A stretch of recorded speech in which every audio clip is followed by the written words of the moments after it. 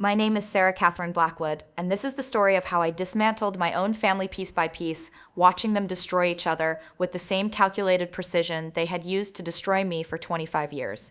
They say blood is thicker than water, but I've learned that sometimes blood can be poison, slowly killing you from the inside until you finally realize that the only way to survive is to cut out the infection entirely.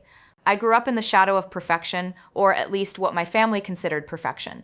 That perfection had a name, Victoria Blackwood, my older sister by 18 months, the golden child who could do no wrong in the eyes of our parents, Richard and Margaret Blackwood. The Blackwood family was old money, not the flashy, nouveau-rich kind that bought their way into society, but the quiet, understated wealth that had been accumulating for generations. We owned a pharmaceutical company that my great-grandfather had founded in 1924, and by the time I was born, Blackwood Pharmaceuticals was worth over $2 billion. Growing up in that world meant that everything was about image, reputation, and maintaining the family legacy. There were expectations, spoken and unspoken, about how Blackwood children should behave, what schools they should attend, what careers they should pursue, and eventually, whom they should marry. Victoria met every expectation flawlessly. She was beautiful in that effortless way that some women are blessed with, tall and willowy with platinum blonde hair and ice blue eyes that photographed beautifully for the society pages. She was academically brilliant, graduating summa cum laude from Harvard with a degree in business administration. She was socially graceful, able to charm anyone from business titans to political leaders at the dinner parties our parents hosted regularly. Most importantly, from our parents' perspective, Victoria was completely committed to the family business and the family legacy. She joined Blackwood Pharmaceuticals immediately after graduation and quickly proved herself to be a strategic thinker and natural leader. By 25, she was vice president of operations and being groomed to eventually take over as CEO. I, on the other hand, was the disappointment. Don't misunderstand me. I wasn't some kind of failure or black sheep who brought shame to the family name. I was successful by any reasonable standard. I had graduated magna cum laude from Northwestern with a degree in journalism, worked as an investigative reporter for the Chicago Tribune for 3 years, and then transitioned into freelance writing, specializing in long-form pieces about corporate malfeasance and government corruption. But in the Blackwood family, being successful wasn't enough. You had to be useful to the family business, committed to the family legacy, and willing to subordinate your individual desires to the greater good of preserving and expanding the Blackwood empire. I had committed the unforgivable sin of choosing my own path. "Sarah, darling, when are you going to stop playing journalist and come work for the family?" my mother would ask during our monthly dinners at the family estate in Lake Forest. "Victoria could use your help with the new product development division."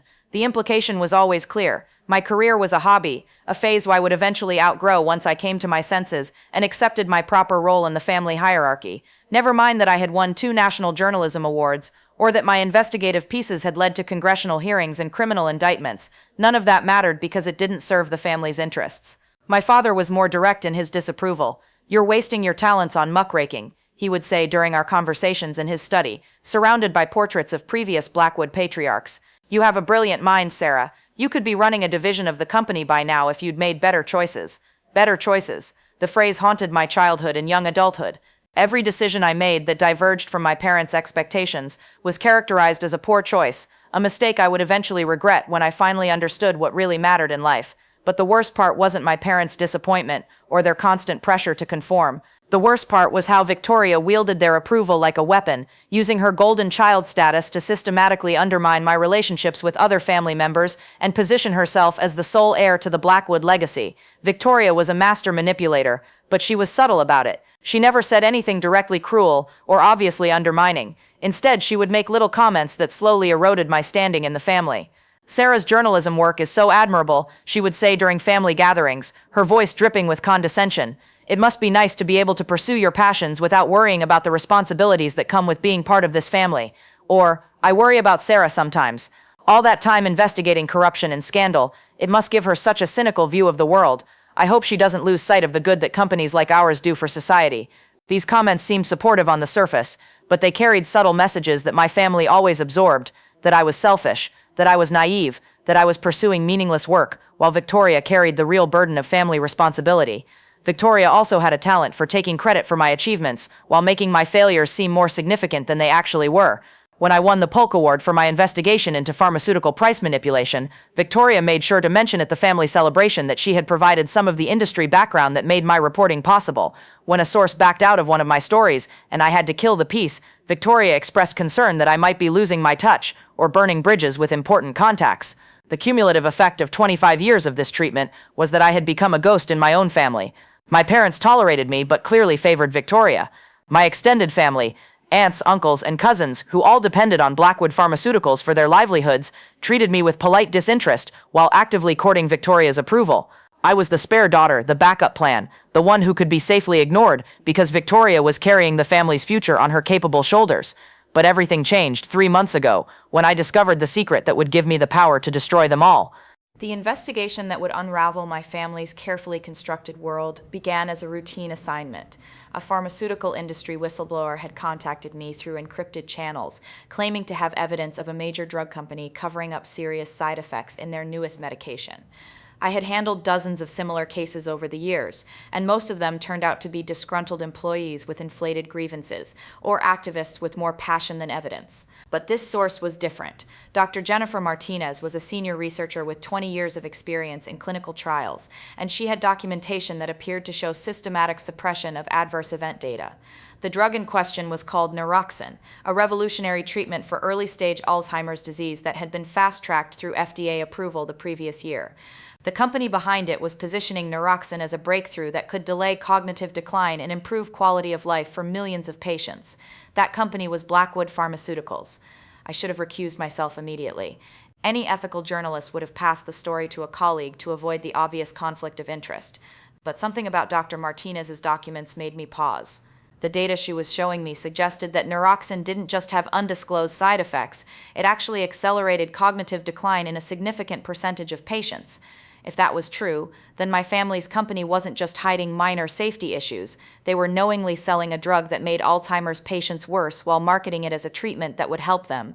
I told myself I was going to do a preliminary investigation, just to determine whether the allegations had merit before deciding how to proceed. I would be objective, professional, and thorough. If the evidence supported Dr. Martinez's claims, I would find another journalist to take over the story. If not, I would quietly close the investigation and forget about it.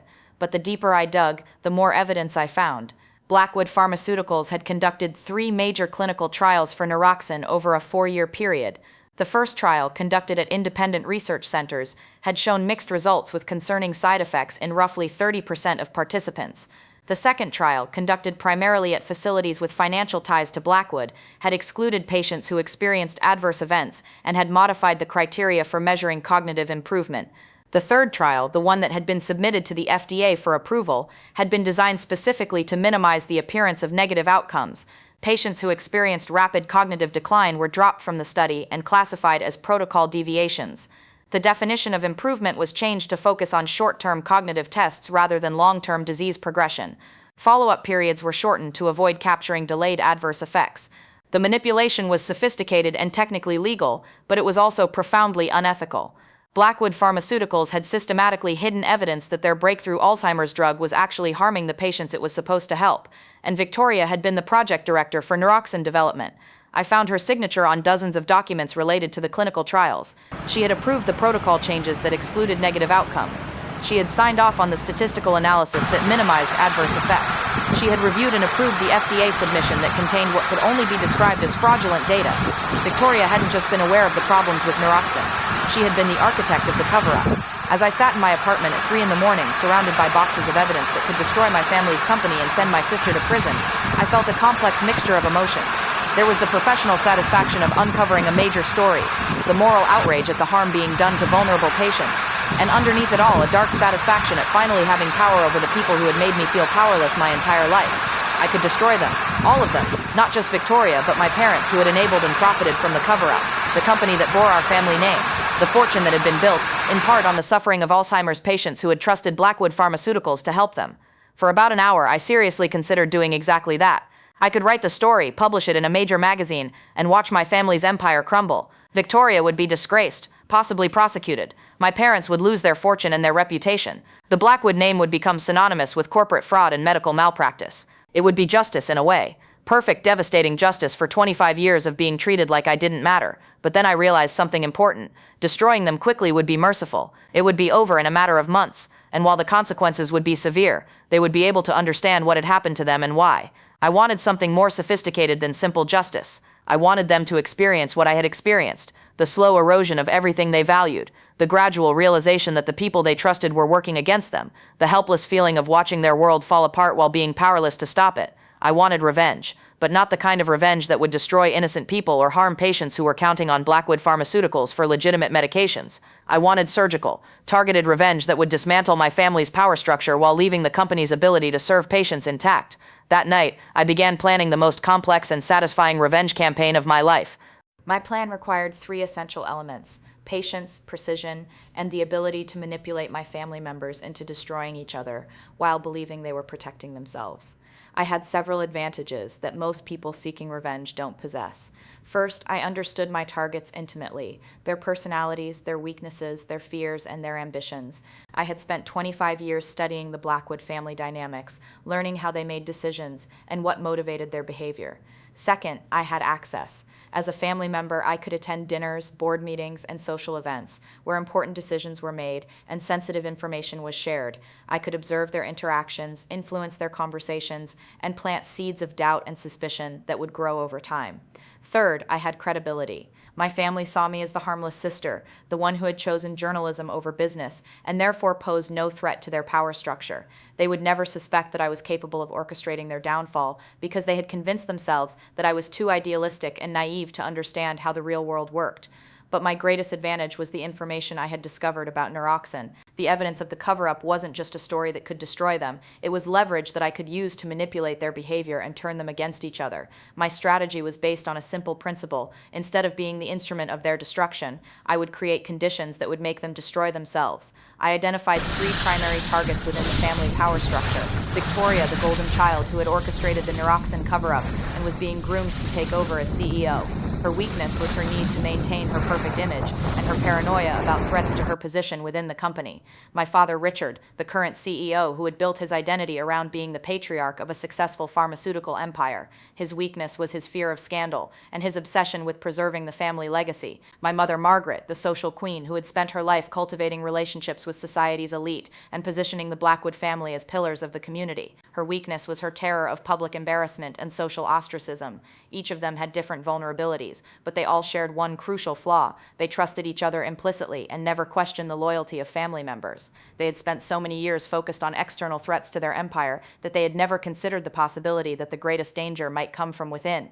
I began with small actions designed to create subtle tensions and plant seeds of suspicion. Nothing dramatic or obvious, just tiny adjustments to their information flow and social dynamics that would gradually undermine their confidence in each other. The first phase involved leveraging my journalism contacts to create external pressure on Blackwood Pharmaceuticals. I didn't publish the Neuroxin story myself, but I started feeding background information to other reporters who were working on related pharmaceutical industry investigations. A story appeared in the Wall Street Journal about FDA concerns regarding the approval process for Alzheimer's medications. Another piece in the Washington Post examined the financial relationships between pharmaceutical companies and clinical research centers. A third article in Fortune raised questions about the long-term effectiveness of recently approved neurological drugs. None of these stories mentioned Blackwood Pharmaceuticals specifically, but they created an atmosphere of scrutiny around the industry that made my family increasingly nervous about potential investigations into their business practices. There seems to be a lot of negative attention on pharmaceutical companies lately, my mother observed during one of our monthly family dinners. I hope all this journalism isn't creating unrealistic expectations about drug development.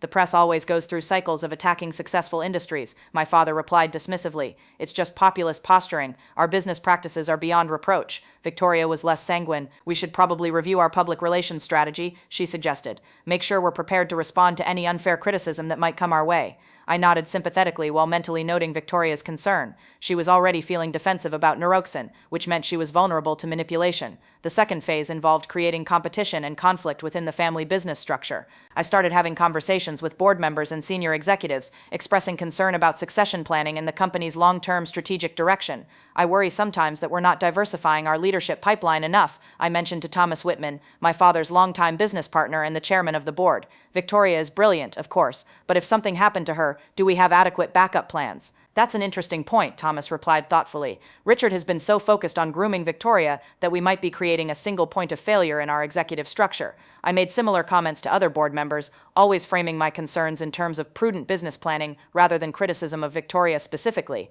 But the cumulative effect was to introduce doubt about the wisdom of putting all of the company's future in Victoria's hands. I also started feeding information to junior executives who had been passed over for promotion in favor of Victoria's preferred candidates. Nothing direct or actionable, just casual observations about decisions that hadn't worked out as planned, or strategies that seemed to be struggling. I heard the European expansion has been more challenging than expected, I mentioned to David Chen, a brilliant executive who had been hoping for the international operations role that went to one of Victoria's protégés. I wonder if we need someone with more regional experience leading that initiative. These conversations served multiple purposes. They created internal pressure on Victoria's leadership decisions, made her appear less infallible to key stakeholders, and built a network of potential allies who might be willing to support alternative leadership if the opportunity arose. The third phase was the most delicate, manipulating my family's personal relationships to create suspicion and conflict between them. I started by exploiting my mother's social insecurities. Margaret Blackwood had spent decades building her reputation as one of Chicago's premier hostesses, but she was constantly worried about maintaining her social standing as she aged and younger families rose to prominence.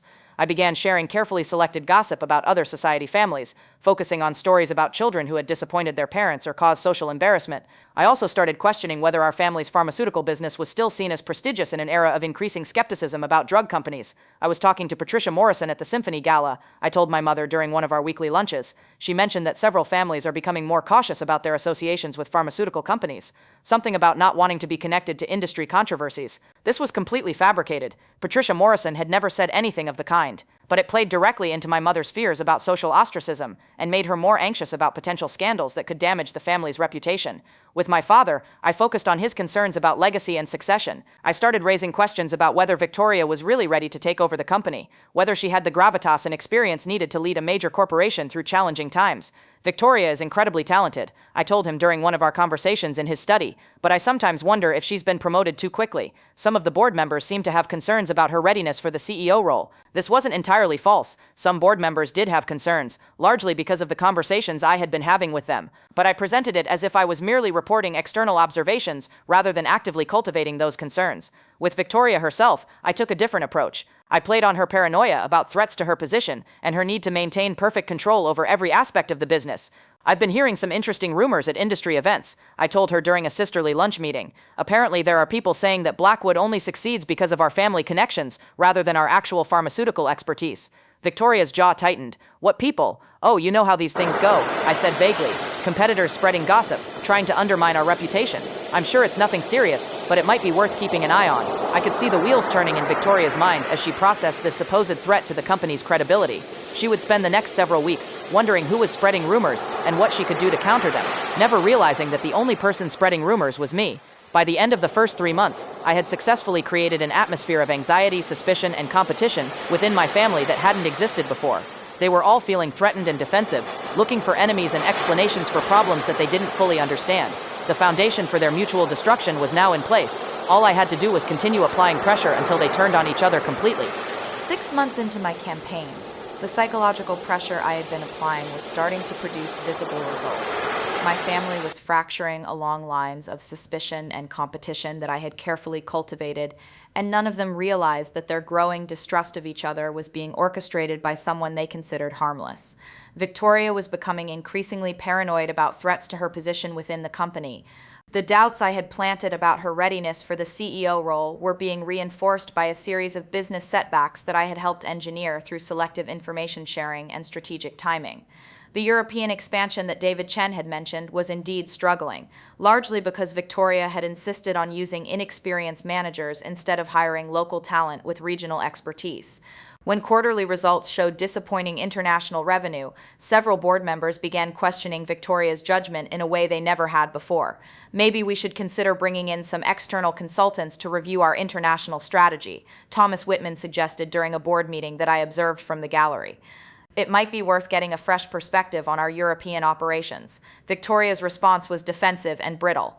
Our strategy is sound, she said sharply. The European market is simply more challenging than we anticipated. Bringing in outside consultants would signal weakness to our competitors. But the damage was done.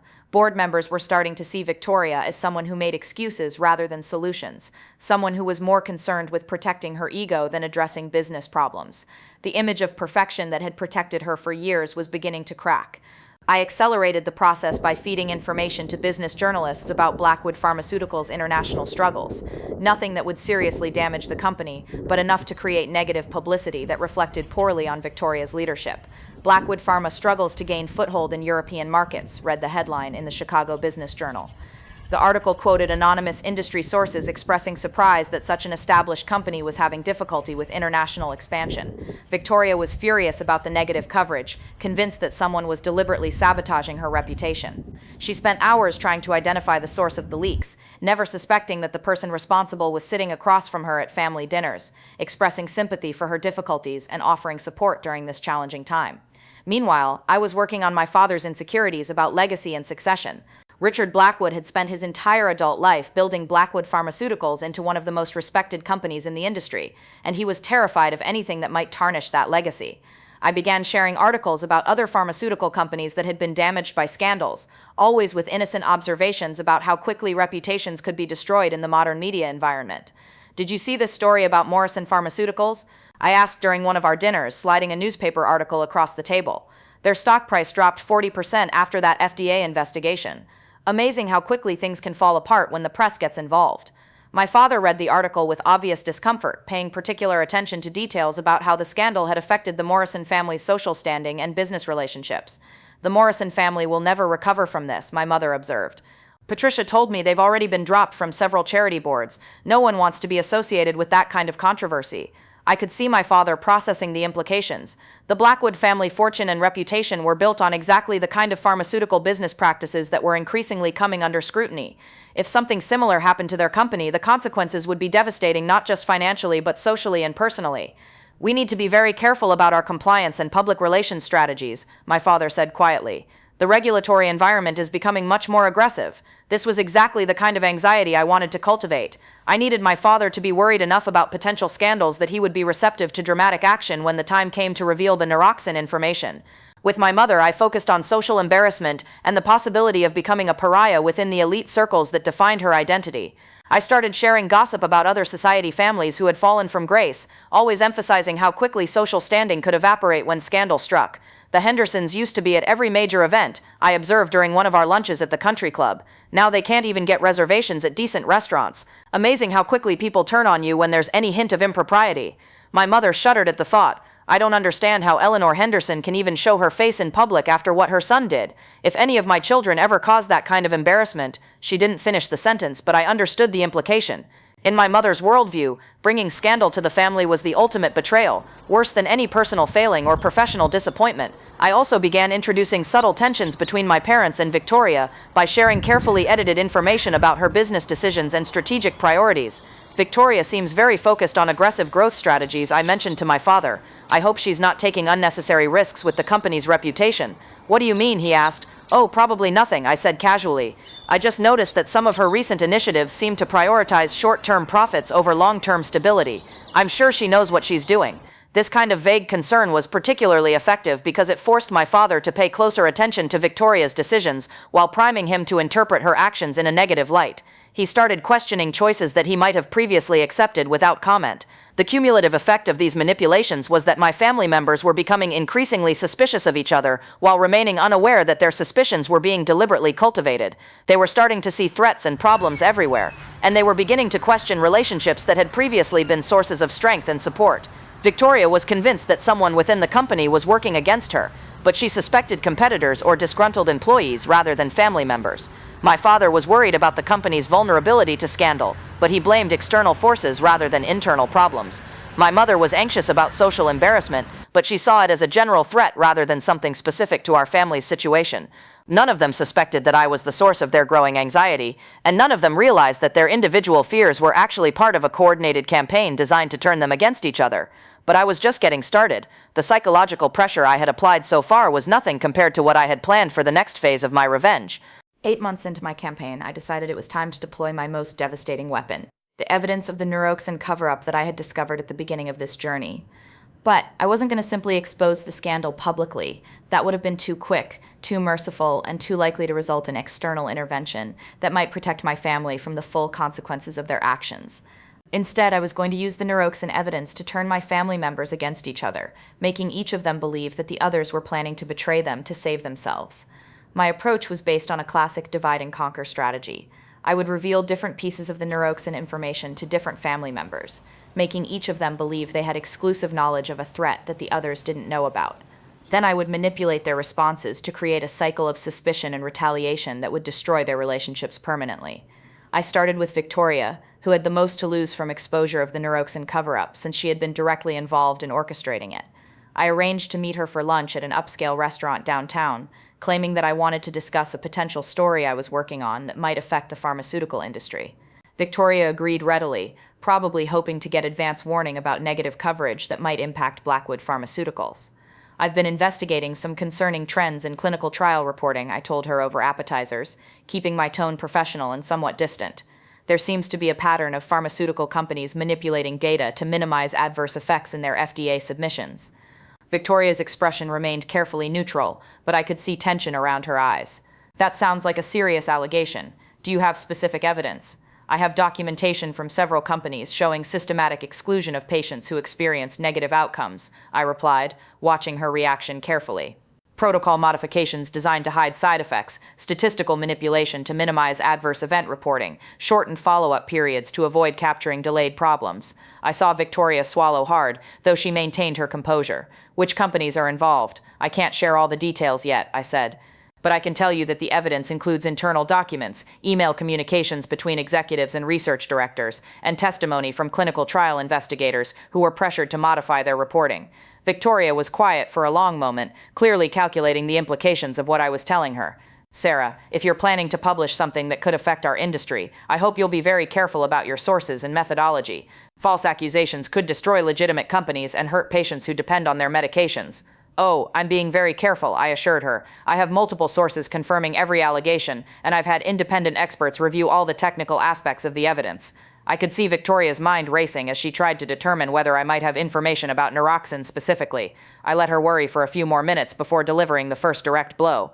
Actually, I said casually, one of the cases involves an Alzheimer's medication that was approved last year. The documentation suggests that the company knew the drug actually accelerated cognitive decline in some patients, but they hid that information from the FDA. Victoria went very still. Which medication? I can't say yet, I replied, but when this story breaks, it's going to be devastating for everyone involved. The executives who signed off on the cover-up could face criminal prosecution. The company could lose billions in lawsuits and regulatory penalties. I paused to let that sink in, then delivered the crucial manipulation. The interesting thing is that my sources suggest someone inside the company is cooperating with federal investigators. Apparently, they're hoping to get immunity in exchange for providing evidence against their colleagues. This was a complete fabrication, but it was designed to make Victoria believe that someone within Blackwood Pharmaceuticals was planning to betray her to save themselves. I needed her to feel threatened and isolated, uncertain about who she could trust. That's concerning, Victoria said carefully. Corporate investigations can be very destructive, even when the allegations turn out to be unfounded. Oh, these allegations are definitely founded, I said with confidence. I've seen the evidence myself. The only question is how quickly the story will break and who will get caught in the fallout. I left Victoria with the clear impression that I had damaging information about an Alzheimer's medication scandal, that criminal prosecution was likely, and that someone within the involved company was cooperating with investigators. I didn't explicitly tell her that I knew about Neuroxin, but I gave her enough information to make her assume that I did. More importantly, I made her believe that someone she trusted was planning to betray her. The next day, I arranged a similar conversation with my father, but with a different angle designed to exploit his specific vulnerabilities. Dad, I need to talk to you about something serious, I said during one of our regular meetings in his study. I've been working on an investigation that could affect the family. Richard looked up from his financial reports with immediate concern. What kind of investigation? I've uncovered evidence of systematic fraud in pharmaceutical clinical trials, I said. Companies hiding adverse effects, manipulating data, lying to the FDA about drug safety. The story I'm working on could expose the entire industry. My father's expression grew grave. Sarah, you need to be very careful about making accusations against legitimate businesses. The pharmaceutical industry provides life-saving medications to millions of people.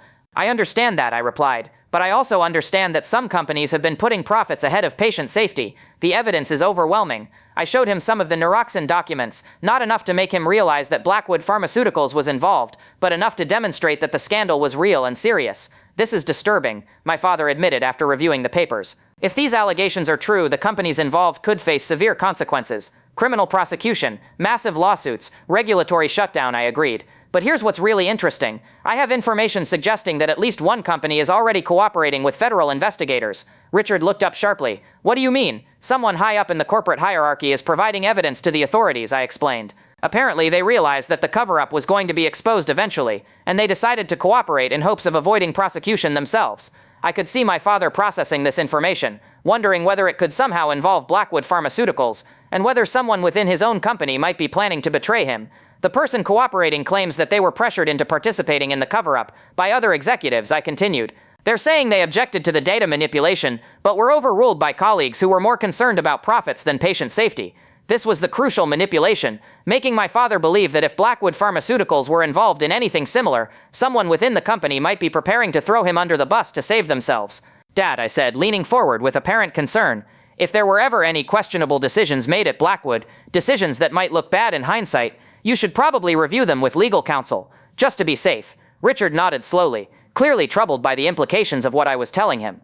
I appreciate the warning, Sarah. I'll have our compliance team conduct a thorough review of our recent trial protocols, but I could see the wheels turning in his mind. He was already wondering whether Victoria, as the executive in charge of clinical development, might have made decisions that could expose the company to scandal. And he was wondering whether she might be the type of person who would cooperate with investigators to save herself if things went wrong. The final conversation was with my mother, and it was designed to appeal to her fears about social embarrassment and family reputation. Mom, I'm working on a story that might cause some turbulence in the pharmaceutical industry, I told her during one of our lunches. I wanted to give you advance warning in case there are any social implications. Margaret immediately looked alarmed. What kind of story? Corporate fraud, regulatory violations, executives going to prison, I said matter-of-factly. The kind of scandal that destroys reputations and makes families social pariahs. My mother's face went pale. Please tell me this doesn't involve anyone we know. I can't discuss specifics yet, I replied, but I can tell you that some very prominent families are going to be humiliated when this story breaks. People who thought they were untouchable are going to discover that money and connections can't protect them from criminal prosecution.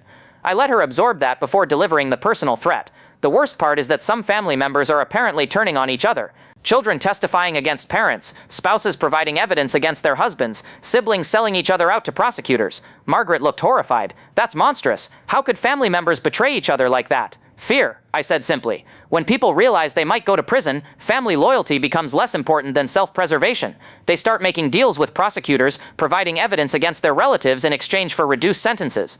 I could see my mother imagining the social devastation that would result from that kind of family betrayal.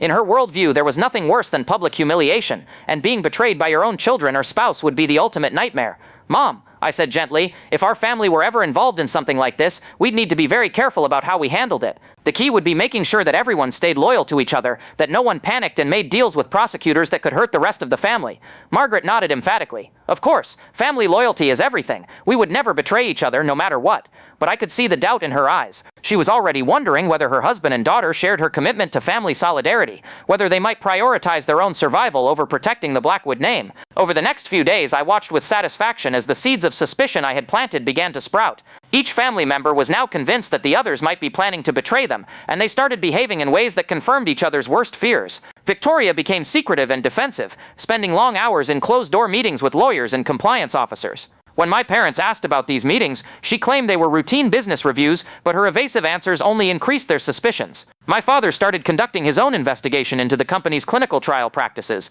questioning employees and reviewing documentation without informing Victoria. When she discovered his inquiries, she interpreted them as evidence that he was planning to blame her for any problems that might be discovered. My mother began monitoring both of them obsessively, looking for signs that they were preparing to sacrifice family loyalty for personal protection. She started making pointed comments about the importance of sticking together during difficult times, comments that only made Victoria and my father more paranoid about each other's intentions. The atmosphere during family dinners became increasingly tense and suspicious. Conversations that had once been warm and supportive became exercises in careful probing and subtle accusations. Each family member was trying to determine what the others knew and what they might be planning. Victoria, you seem stressed lately, my mother observed during one particularly uncomfortable dinner. Is there anything the family should know about? Just the usual business pressures, Victoria replied carefully. Nothing that can't be handled. It's important that we communicate openly with each other, my father added, his tone slightly threatening, especially if there are any sensitive issues that could affect the family's reputation. Victoria's jaw tightened. I'm not sure what you're implying, Dad, but I can assure you that I've always acted in the family's best interests.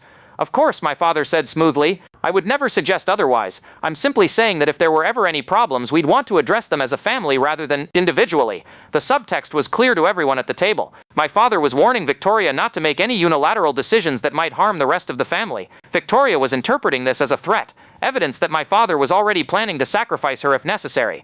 I sat quietly through these exchanges, occasionally offering supportive comments but mostly just observing the growing paranoia and mistrust. My family members were destroying their relationships with each other, exactly as I had planned, but I wasn't finished yet. The Neuroxin revelation had created the foundation for their mutual destruction, but I needed to escalate the conflict to ensure that the damage would be permanent and complete.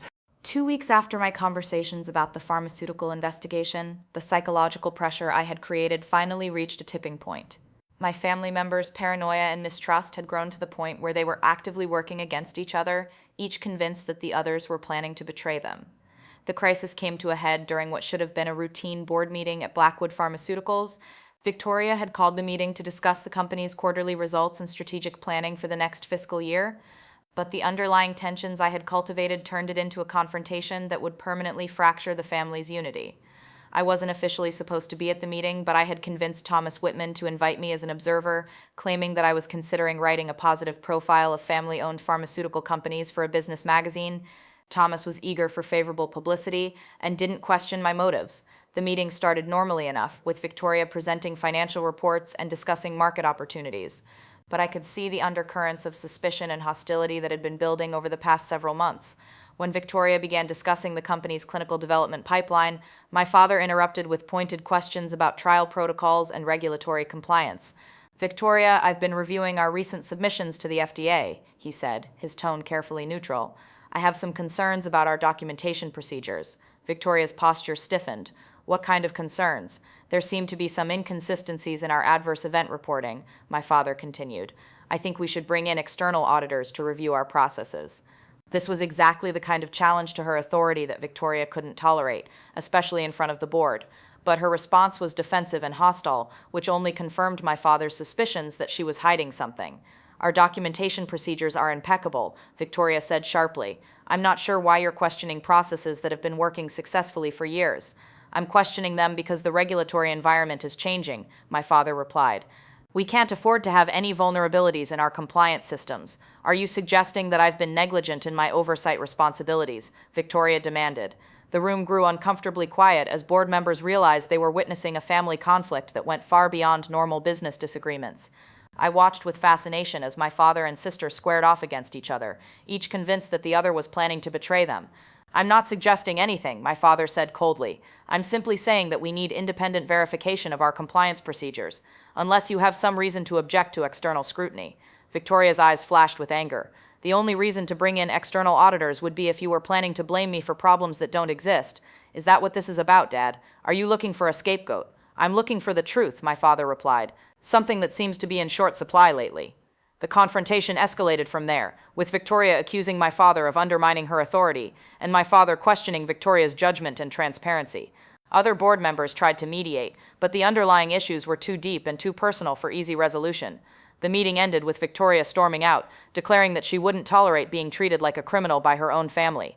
My father remained behind to discuss concerns about executive leadership with the board members, effectively beginning the process of undermining Victoria's position within the company. I left the meeting with a sense of deep satisfaction.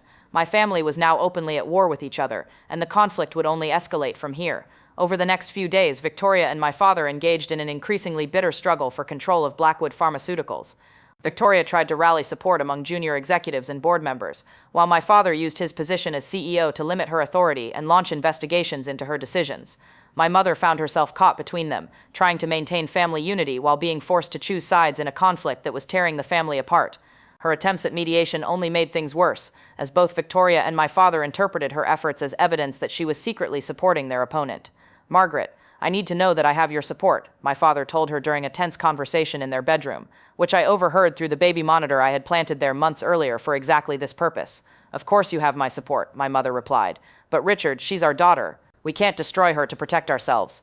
"She's the one who created this situation," my father said angrily. "If she made decisions that could expose the company to scandal, then she needs to take responsibility for the consequences." "What if she didn't know?" my mother asked desperately. "What if she was just following standard industry practices?" "Then she's incompetent," my father replied coldly. "Either way, we can't let her drag the entire family down with her."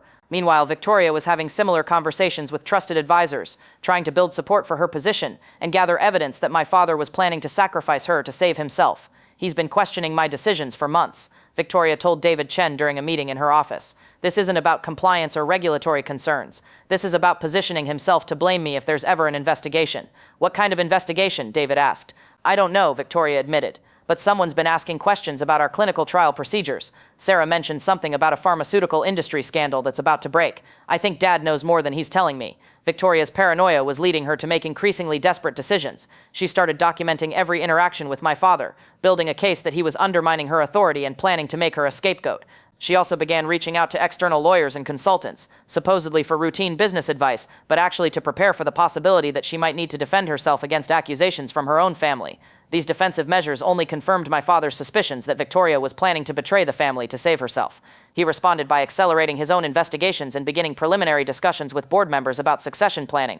The situation reached a crisis point 3 weeks after the disastrous board meeting, when Victoria discovered that my father had been conducting secret meetings with federal regulators about potential compliance issues at Blackwood Pharmaceuticals. Victoria confronted him in his office, and their argument was loud enough to be heard throughout the executive floor. Employees gathered in hallways and conference rooms, listening in shock as the Blackwood family leadership destroyed itself in public. You went to the FDA behind my back, Victoria shouted. You're cooperating with them against your own daughter. I'm protecting this company, my father replied coldly. Something you should have been doing instead of covering up problems that could destroy everything our family has built. I haven't covered up anything, Victoria screamed. But if you think I'm going to let you sacrifice me to save yourself, you're wrong. I have documentation of every decision you approved, every strategy you endorsed. If I go down, you go down with me. The threat was clear. Victoria was prepared to implicate my father in any wrongdoing rather than take sole responsibility for problems she might have created. My father's response was equally threatening. If you try to drag this family through the mud to save yourself, he said quietly, I will make sure that you lose everything. Your job, your inheritance, your reputation, everything. That evening, I received separate phone calls from both Victoria and my father, each trying to recruit me as an ally in their war against the other. Sarah, I need your help, Victoria said, her voice strained with exhaustion and stress. Dad is trying to destroy me. He's been feeding information to regulators and talking to board members about removing me from the company. That sounds serious, I said sympathetically.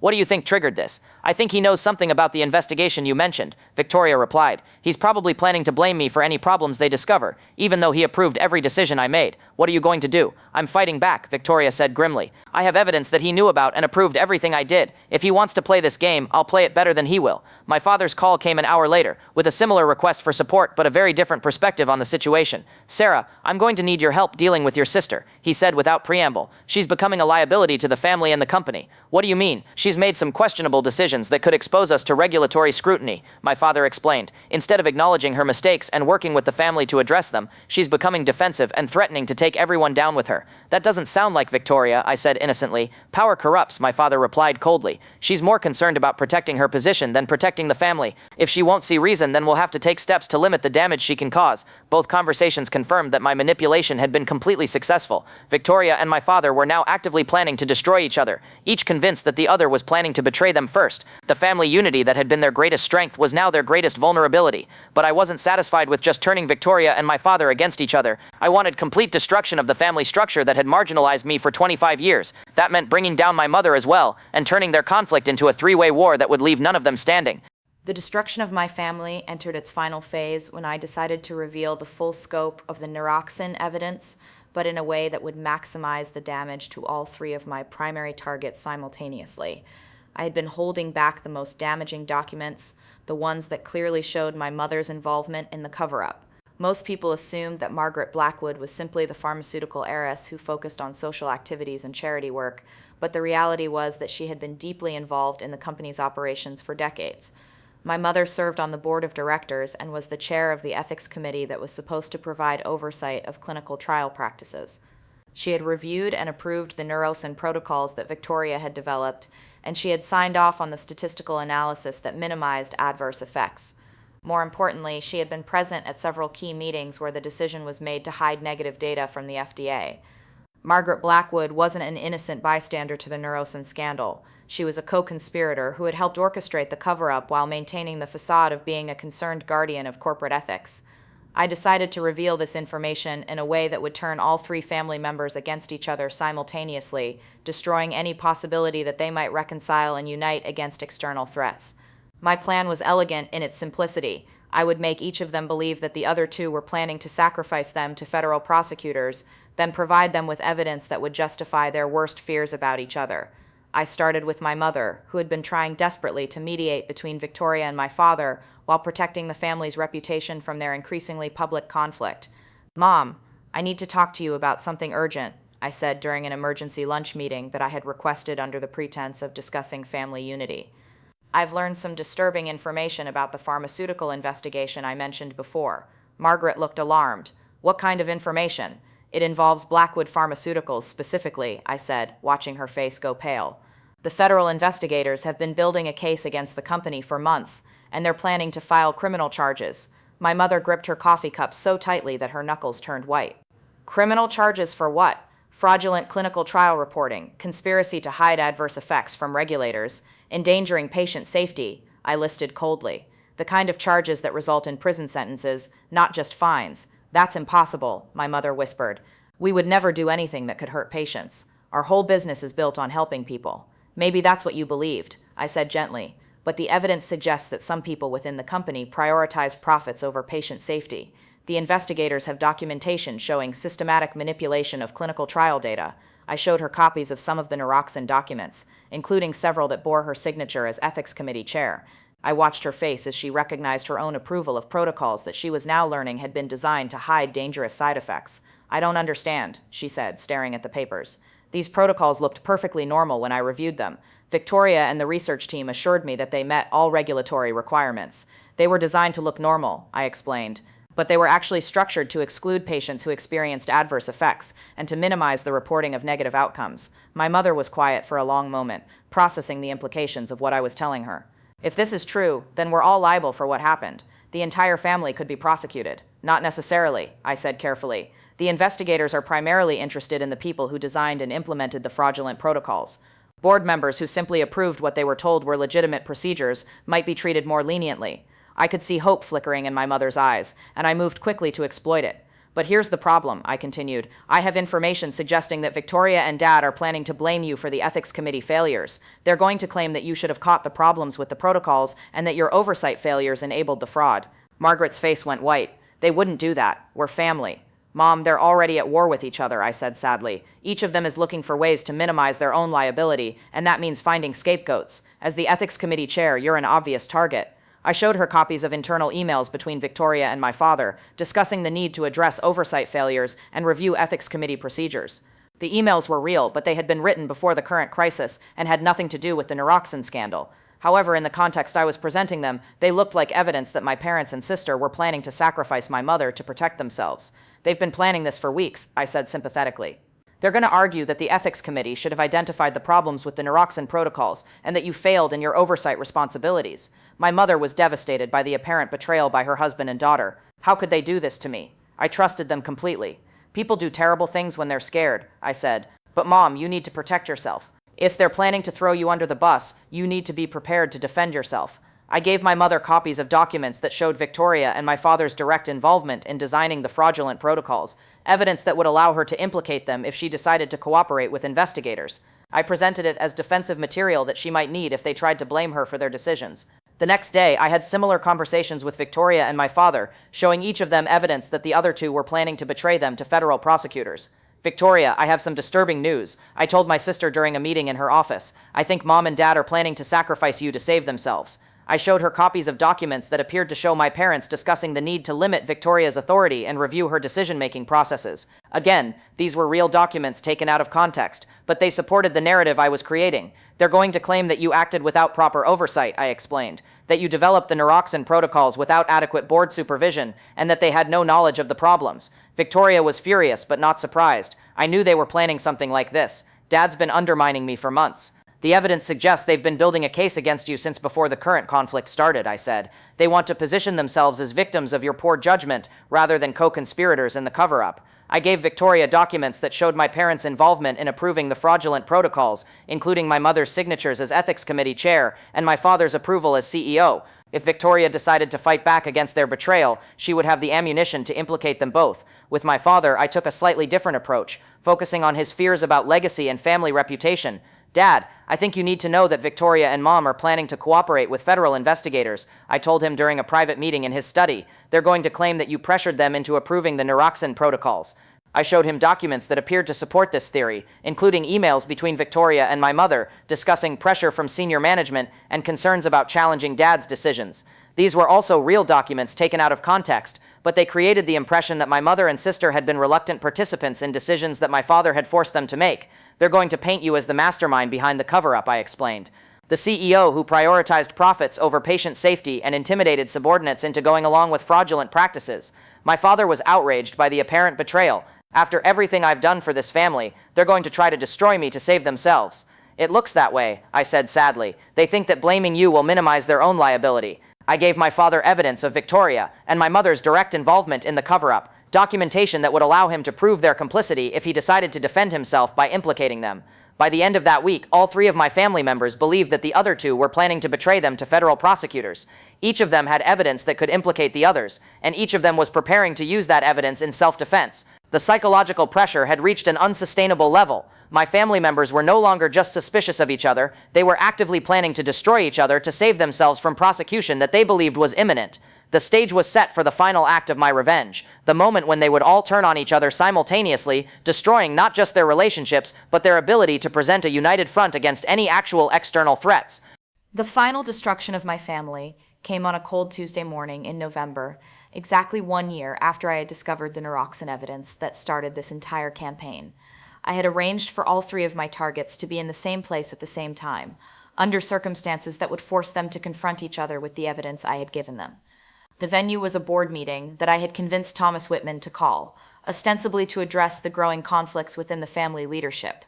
"We need to clear the air," Thomas had told me when I suggested the meeting. "The tensions between Richard and Victoria are affecting the entire company, and the board needs to understand what's happening."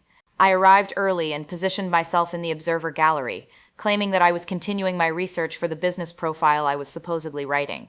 The board members filed in looking concerned and uncomfortable, clearly aware that they were about to witness something unpleasant but necessary. Victoria entered first, carrying a briefcase full of documents that I knew contained evidence of my parents' involvement in the Neuroxin cover-up. She looked determined and angry, prepared for battle against people she believed were planning to betray her. My father arrived a few minutes later, also carrying documentation that he planned to use to defend himself against accusations he expected Victoria and my mother to make. He looked grim and resolute, like a man preparing to sacrifice his family to save himself. My mother was the last to arrive, and she looked absolutely miserable. She had spent the past week agonizing over the apparent betrayal by her husband and daughter, torn between family loyalty and self-preservation. She carried her own folder of evidence, but her hands were shaking as she took her seat at the board table. Thomas called the meeting to order and began with diplomatic language about the need to address communication issues within the family leadership. But the underlying tensions were too strong for polite discussion. "Before we discuss anything else," Victoria said, interrupting Thomas's opening remarks, "I think the board needs to understand what's really been happening within this company."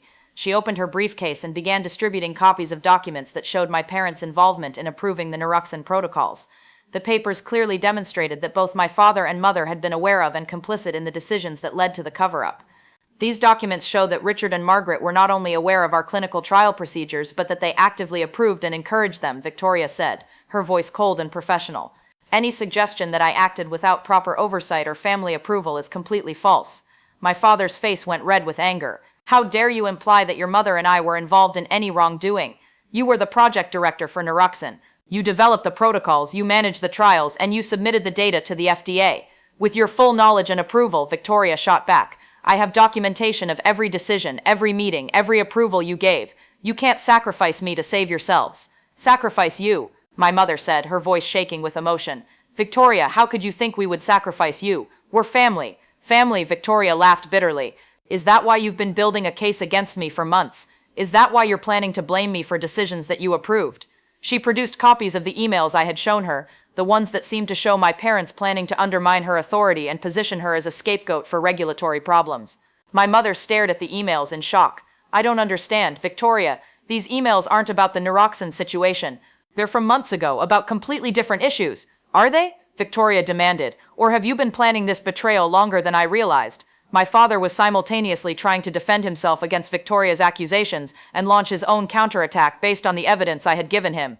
"If we're talking about betrayal," he said, pulling out his own documents, "then let's discuss your plans to cooperate with federal investigators. Did you think I wouldn't find out about your meetings with prosecutors?"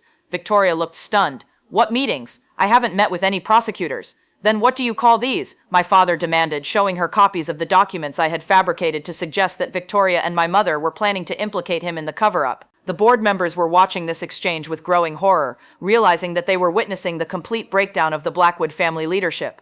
Thomas tried to intervene, but the momentum of mutual accusation and recrimination was too strong to stop. "This is insane," my mother said, her voice rising with desperation. "We're all family. Why are we trying to destroy each other?" "Because that's what people do when they're caught," my father replied coldly. "They look for scapegoats and try to save themselves. Like you're doing right now," Victoria shot back. "Dad, you approved every single decision related to Naroxen. You can't claim ignorance or blame subordinates for following your explicit instructions." The argument escalated from there, with each family member producing evidence that implicated the others while claiming their own innocence. The documents I had carefully provided to each of them created a perfect circle of mutual accusation that made them all look guilty while making reconciliation impossible. Board members began asking pointed questions about the Naroxen situation, forcing my family to acknowledge that there had indeed been problems with the clinical trials and FDA submission. The admission of wrongdoing, combined with their obvious inability to work together or take responsibility for their actions, convinced the board that drastic action was necessary. "I think we need to suspend this meeting," Thomas said finally, looking shocked and disgusted by what he had witnessed. "Richard, Victoria, Margaret, I'm recommending that the board place all three of you on administrative leave pending a full investigation of these allegations." The recommendation was approved unanimously, with only my family members voting against it. In the span of a single meeting, all three of them had been removed from their positions within the company they had spent their lives building. But the destruction didn't stop there. Once they were removed from their corporate positions, my family members were free to focus all their energy on destroying each other personally and legally. Victoria hired criminal defense attorneys and began cooperating with federal investigators, providing evidence that implicated my parents in the Naroxen cover-up. She claimed that she had been pressured into participating in the fraud by senior executives who prioritized profits over patient safety. My father responded by providing his own evidence to investigators, documents that showed Victoria's central role in designing and implementing the fraudulent protocols. He claimed that he had relied on her expertise and assurances that the procedures were legitimate. My mother, caught between them, tried to minimize her own involvement while acknowledging that mistakes had been made, but her position as Ethics Committee chair made it impossible for her to escape responsibility, and her attempts to blame both Victoria and my father only confirmed investigators' suspicions that the entire family had been complicit in the cover-up. The federal investigation moved quickly once it became clear that the Blackwood family members were willing to testify against each other. Within 6 months, all three of them had been indicted on charges of conspiracy, fraud, and endangering patient safety. The trials were a media sensation, with the Blackwood family's destruction playing out in courtrooms and newspaper headlines across the country. The pharmaceutical heiress, the golden child executive, and the patriarch CEO all pointing fingers at each other while their billion-dollar empire crumbled around them. Victoria was convicted first, sentenced to 8 years in federal prison for her role in designing the fraudulent protocols. My father followed, receiving a 10-year sentence as the senior executive who had ultimate responsibility for the company's actions. My mother, despite her attempts to position herself as a victim of their manipulation, was sentenced to 5 years for her failures as Ethics Committee chair. Blackwood Pharmaceuticals was sold to a larger competitor for a fraction of its former value, with the proceeds going primarily to settlements with patients who had been harmed by Naroxen. The family fortune was decimated by legal fees, fines, and civil judgments. The Blackwood name, which had been synonymous with pharmaceutical innovation and social prominence for nearly a century, became a symbol of corporate greed and family dysfunction, and I watched it all happen from the sidelines, the forgotten daughter who had orchestrated the entire destruction while maintaining my reputation as an ethical journalist and loving family member. 2 years after my family's conviction, I stood in the empty mansion where I had grown up, surrounded by dust sheets and moving boxes. The Lake Forest estate was being sold to pay off the remaining debts from the legal settlements, marking the final chapter of the Blackwood family legacy. I had offered to buy the house myself. My career as an investigative journalist specializing in pharmaceutical industry malfeasance had been incredibly successful since the Naroxen scandal broke. My book about corporate corruption and family betrayal had been a bestseller, and I was considered one of the foremost experts on regulatory fraud in the pharmaceutical industry. But I didn't want to live in the house where I had spent 25 years being ignored and marginalized. I wanted it sold, demolished, erased from existence, just like the family that had built it. Instead, I was here to collect a few personal items and to have one final conversation with the only person who had suspected the truth about what I had done. Thomas Whitman was waiting for me in my father's former study, sitting behind the massive oak desk where 3 generations of Blackwood patriarchs had made decisions that shaped the pharmaceutical industry. He looked older than his 67 years, worn down by the stress of managing the company's collapse and the media scrutiny that had followed. "Hello, Sarah," he said as I entered the room. "Thank you for meeting with me." "Of course," I replied, taking a seat in one of the leather chairs that had once intimidated me as a child. "I assume this is about the final paperwork for the estate sale." Thomas studied me for a long moment, his expression unreadable. "Actually, I wanted to talk to you about something else, something that's been bothering me for 2 years." I maintained my composure, though I felt a familiar tension building in my chest. "What's that?" "The timing," Thomas said simply. "The way everything unfolded so perfectly to destroy your family while leaving you completely untouched." I kept my expression neutral. "I'm not sure what you mean." "Sarah, I've been in business for 40 years, Thomas continued.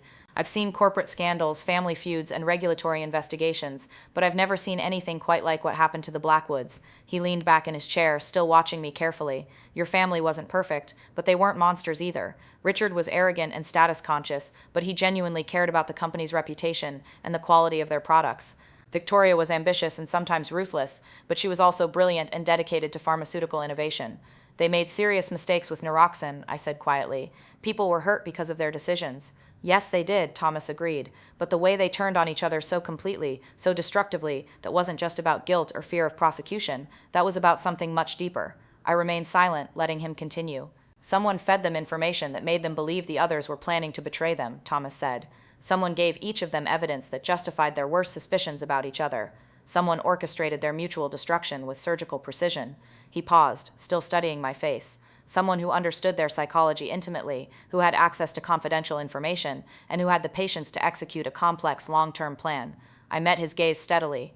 "That's an interesting theory, Thomas. Do you have any evidence to support it?" "No," he admitted, "and that's what makes it so perfect. Whoever did this was careful to never leave direct evidence of manipulation. They simply created conditions that made your family destroy themselves." We sat in silence for several minutes, both of us understanding the subtext of the conversation. Thomas knew what I had done, but he couldn't prove it. And I knew that he knew, but I wasn't going to admit anything. "Why?" he asked finally. "What did they do to you that justified this?" For a moment I considered telling him the truth. About 25 years of being treated like I didn't matter, of watching Victoria take credit for achievements she hadn't earned, of listening to my parents discuss my career as if it were a hobby that I would eventually outgrow, about the constant message that I was the spare daughter, the disappointment, the one who could be safely ignored because Victoria was carrying the family's future, about the slow, grinding humiliation of being marginalized by people who claimed to love me while making it clear that my thoughts, my feelings, and my ambitions were secondary to maintaining the family's image and business interests. But I didn't tell him any of that, because the truth was Thomas wouldn't understand. He came from a world where family loyalty was absolute, where personal grievances were subordinated to collective success, where maintaining the status quo was more important than seeking justice for past wrongs. "I don't know what you're talking about," I said instead. "My family destroyed themselves through their own greed and arrogance. I had nothing to do with their choices." Thomas nodded slowly, as if he had expected that response. "Of course. Well, I suppose it doesn't matter now anyway. The damage is done, and it can't be undone."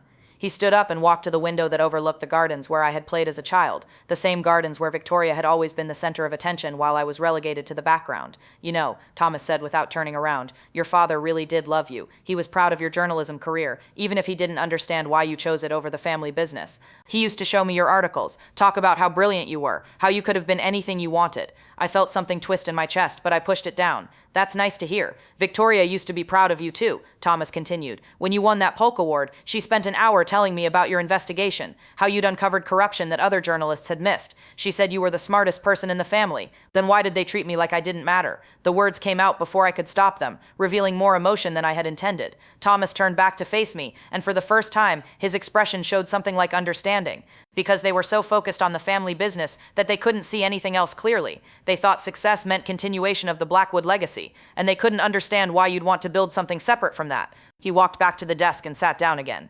"They were wrong about that, Sarah, but being wrong isn't the same as being evil." "They weren't just wrong," I said, my voice harder now. "They were cruel. They spent 25 years making me feel like my life didn't matter, like my achievements were insignificant compared to Victoria's role in the family business. So you decided to destroy them." I looked him in the eye. "I decided to show them what it felt like to lose everything that mattered to them, the same way they made me feel for most of my life." Thomas nodded slowly. "And how does it feel now, having your revenge?" I considered his question seriously. How did it feel? For 2 years, I had watched my family's destruction with a sense of satisfaction and justice. I had built a successful career partly on the foundation of their downfall, becoming famous as the journalist who had exposed pharmaceutical corruption while maintaining my reputation as the tragic daughter whose family had betrayed their own principles. But sitting in this empty house, surrounded by the remnants of a dynasty that I had systematically destroyed, I felt something unexpected: emptiness. The revenge had been perfect in its execution and devastating in its results. My family members were in prison, their fortune was gone, their reputation was destroyed, and their relationships with each other were irreparably damaged. I had achieved everything I had set out to accomplish, but I had also lost my family. Not just the distant, cold relationships I had endured for 25 years, but any possibility of ever having the warmth and connection I had actually wanted from them. It feels like justice, I said finally. They got exactly what they deserved. Thomas was quiet for a moment. Maybe they did, he said eventually. But what about the patients who were hurt by Neuroxin? What about the employees who lost their jobs when the company collapsed? What about the legitimate research that won't be funded because Blackwood Pharmaceuticals no longer exists? I had considered these questions many times over the past 2 years. There had been collateral damage from my revenge, innocent people who had suffered because of my decision to destroy my family rather than simply expose their crimes. But I had also made sure that the Neuroxin scandal was revealed in a way that helped patients get compensation and forced the pharmaceutical industry to implement better oversight procedures. My reporting and advocacy work had led to regulatory changes that would prevent similar cover-ups in the future. The patients are getting justice through the legal system, I said. The industry is implementing better safeguards because of the attention this case received. Sometimes you have to tear down corrupt institutions to build better ones. Is that what you tell yourself? Thomas asked gently. That this was all about justice for patients and industry reform. I met his gaze without flinching. It was about justice. My family committed serious crimes, and they paid the price for those crimes. The fact that I ensured they couldn't escape consequences doesn't make their punishment unjust. Thomas stood up again, gathering some papers from the desk. Well, I suppose that's one way to look at it. As he prepared to leave, he paused at the door. Sarah, I want you to know that I don't judge you for what you did. Your family failed you in important ways, and you found a way to make them pay for that failure. I just hope you can find some peace now that it's over. After he left, I sat alone in the study for another hour, thinking about his words and my own motivations. Had this really been about justice, or had it simply been about revenge? Was there even a difference? I thought about Victoria in her federal prison cell, probably still convinced that our parents had betrayed her first. I thought about my father, dying of a heart attack 6 months into his sentence, never understanding how his family had fallen apart so completely. I thought about my mother, broken and alone, serving the remainder of her sentence while watching her social circle abandon her entirely. They had paid a heavy price for their crimes and their treatment of me. Whether that price was justice or revenge depended entirely on your perspective. As I walked through the empty house one last time, I passed the family portrait gallery that had dominated the main hallway throughout my childhood. Most of the paintings had been sold to pay legal fees, but one remained, a portrait of the 4 of us taken when I was 12 and Victoria was 14. In the painting, we looked like the perfect family. My parents were dignified and successful. Victoria was beautiful and confident, and I was there, present but peripheral, included but not central, part of the family but somehow separate from its core identity. Looking at that painting now, I realized that I had spent my entire adult life trying to prove that I mattered, that my thoughts and feelings and ambitions were just as important as Victoria's role in the family business. I had succeeded in proving that point, but at a cost that I was only beginning to understand.